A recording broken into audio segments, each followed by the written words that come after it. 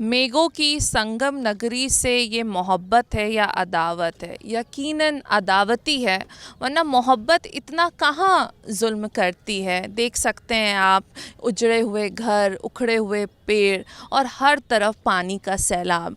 यही बस दिख रहा है हमें संगम नगरी पे।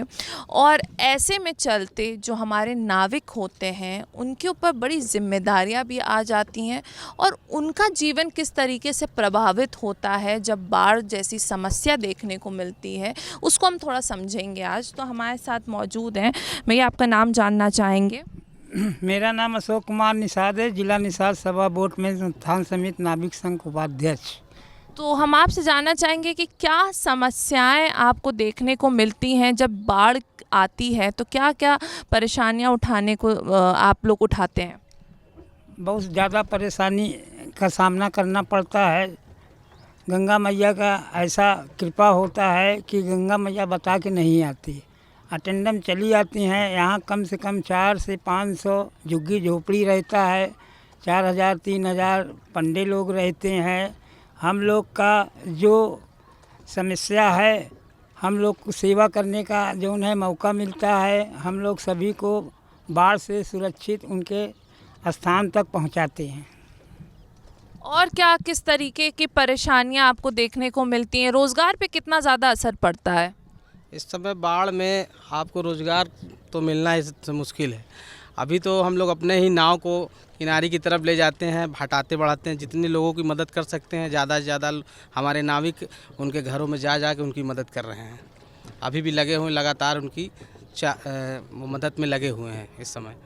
तो अभी की हम बात करें, अगर यहाँ पे संगम नगरी प्रयागराज में हम हैं और यहाँ की बात करें संगम पर हम हैं, तो कितना अभी पानी बढ़ चुका है? पानी लगभग हनुमान मंदिर तक पहुँच चुका है।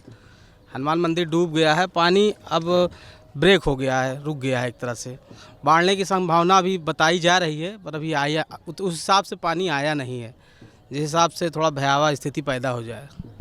रोज़ के दिनों में और जैसे रोज़मर्रा की ज़िंदगी में, और जब बाढ़ आ जाती है तो क्या फ़र्क देखने को मिलता है? जी बिल्कुल मैम, बहुत सारा फ़र्क देखने को मिलता है। जब बाढ़ गंगा जी अपने विकराल रूप में आती है मैम, तो क्या होता है कि सारे जितने भी छोटे छोटे दुकानदार हैं, पटरी के व्यवसायी हैं, उन पे बहुत सारा असर पहुंचता है, और नाविकों पे भी बहुत सारा असर पहुंचता है, क्योंकि बाहर के टूरिस्ट आ नहीं पाते हैं। और यहाँ जब गंगा जी विकराल रूप में नहीं रहती हैं, तो बहुत सारे लोगों का कमाई का धंधा जो जरिया है, रोड छाप पटरी छाप व्यवसायी हैं, उनको यहाँ पे आराम से लगाने के लिए जगह मिल जाती है। अब मैम विकराल रूप आने के कारण जो है यहाँ कहीं लगाने की समुचित व्यवस्था नहीं है, इसलिए उनको दिक्कत तो है ही है। बहुत सारी दिक्कतें इस समय वर्तमान में है गंगा जी बढ़ने के कारण। प्रशासन से क्या चाहते हैं आप, किस तरीके की मदद चाहते हैं? प्रशासन को अब मदद यही करना चाहिए कि सारे लोग जितने ये छोटे दुकानदार हैं, व्यवसायी हैं, इन सबों को एक जगह एकत्रित ले आकर कहीं कर दिया जाए, और जो छोटे छोटे झुग्गी झोपड़ी में जो लोग रहते हैं उनको एक भोजन की व्यवस्था मिल जाए। यही सब है। देखिए, अभी भी हम यहाँ पर हैं और हम देख सकते हैं किस तरीके से झुग्गी झोपड़ियाँ सब डूब गई हैं, और दुकानों पे बहुत ज़्यादा असर पड़ रहा है।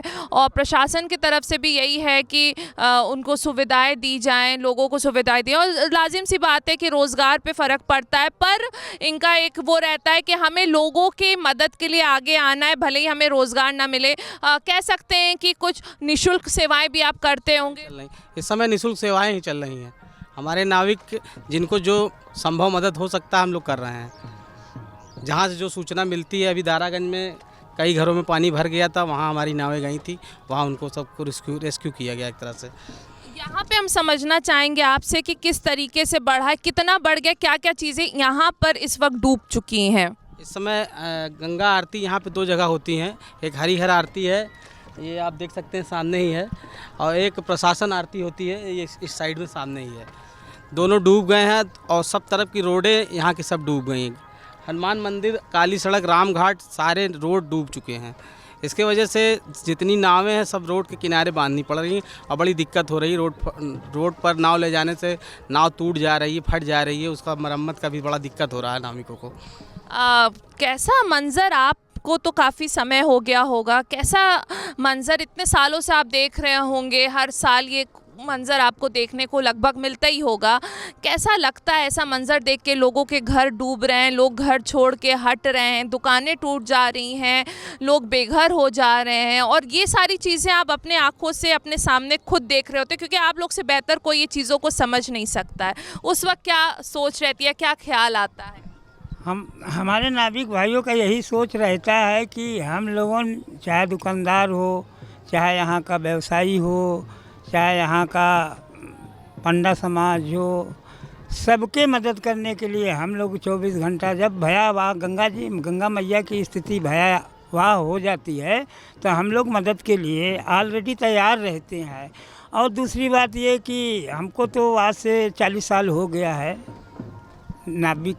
नाव का काम करते हुए, लेकिन बार बार हम लोगों ने मीटिंग किया, बार बार हम लोगों ने घेराव किया, बार बार हम लोगों ने मांग किया प्रशासन से, और बार बार प्रशासन से आश्वासन भी मिला कि आप लोग का जो है किराया में बढ़ोतरी हो जाएगा, किराया बढ़ाया जाएगा, लेकिन 4-5 साल से हमारा लोग का नाविक भाइयों का सुनवाई नहीं हुआ। इससे सारे नाविक बहुत हताश हैं। देखिए, हम समझ रहे थे कि प्रशासन की तरफ से बता रहे हैं कि इन्होंने काफ़ी घेराव किया और उनसे मदद भी मांगनी चाहिए, पर क्या उस पर कोई प्रशासन ने आपकी मदद करी? केवल आश्वासन मिला, हो जाएगा हो जाएगा। आज 4-5 साल से लगभग कोई मदद नहीं मिला, हमारा लोग का कोई सुनवाई नहीं हुआ। क्या कहना है आपका इस बारे में? हम लोगों का ये कहना है कि जब प्रशासन के पास हम लोग अपनी मांगे रखते हैं तो प्रशासन हम लोगों को केवल आश्वासन देती है कि आपका काम हो जाएगा, लेकिन आज तक 5-6 साल से हम लोग लगातार कह रहे हैं कि महंगाई चरम सीमा पे चल रही है, कुछ हम लोगों का किराया का बढ़ोतरी किया जाए। तो 60 रुपये किराया था उस समय से, आज तक वही चला आ रहा है। हम लोग 100 रुपये की मांग किए थे कि 100 रुपये पर हेड कर दिया जाए, तो हम लोगों का भी भरण पोषण में, पढ़ाई लिखाई में बच्चों का सब थोड़ा सा मदद हो जाएगी। तो प्रशासन अब सुनने को तैयार ही नहीं है अभी, हम लोग तो वैसे ही सबकी मदद में लगे हुए रहती हैं। देखिए, हम एक चीज़ समझ सकते हैं, भले ही पूरे साल लोग आपको एक मदद की आस से देखे ना देखे, पर ये एक वक्त ऐसा होता होगा कि लोग एक आस से आपकी तरफ देखते होंगे, एक मदद की आस से आपकी तरफ देखते होंगे कि हाँ, ये आएंगे हमारे मदद करने के लिए। और उस टाइम में आपके अंदर भी ये भाव नहीं होता होगा कि हमें इनसे पैसे लेने या कुछ, पर हमें निःशुल्क इनकी सेवा करना। इनकी निःशुल्क सेवा में हम लोग इस समय लगे हुए हैं। जिनको कहीं भी किसी भी तरह की मदद की ज़रूरत पड़ती है नाव से, हम लोग निःशुल्क सेवा देने को तैयार हैं, अभी भी दे भी रहे हैं। देखिए, मैं यही कहना चाहूँगी कि किस तरीके से जो है ये निःशुल्क इनकी सेवाएं रहती हैं और किस तरीके से ये निःशुल्क सेवा कर रहे हैं। इनको ये नहीं है कि मुझे पैसे चाहिए हैं।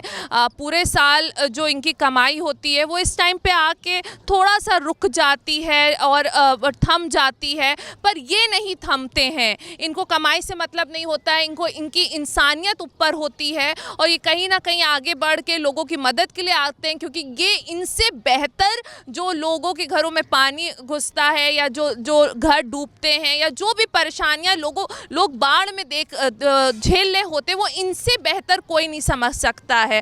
पर इनकी भी कुछ मांगे हैं, कुछ ज़रूरतें हैं, तो प्रशासन से हम यही कहेंगे कि इनकी जो मांगे हैं, जो ज़रूरतें हैं, उसको ज़रूर सुना जाए, क्योंकि इस टाइम पे यही है। अगर ये मदद के लिए नहीं आएंगे तो काफ़ी सारी दिक्कतें आ सकती हैं, पर ये बिल्कुल जो है निःशुल्क इनकी सेवाएं रहती हैं और आगे बढ़ के लोगों की मदद के लिए आते हैं, तो प्रशासन को भी बिल्कुल इनके लिए सोचना चाहिए। वीडियो जर्नलिस्ट संजीव मिश्रा के साथ अनम फातिमा, भारत एक्सप्रेस, प्रयागराज।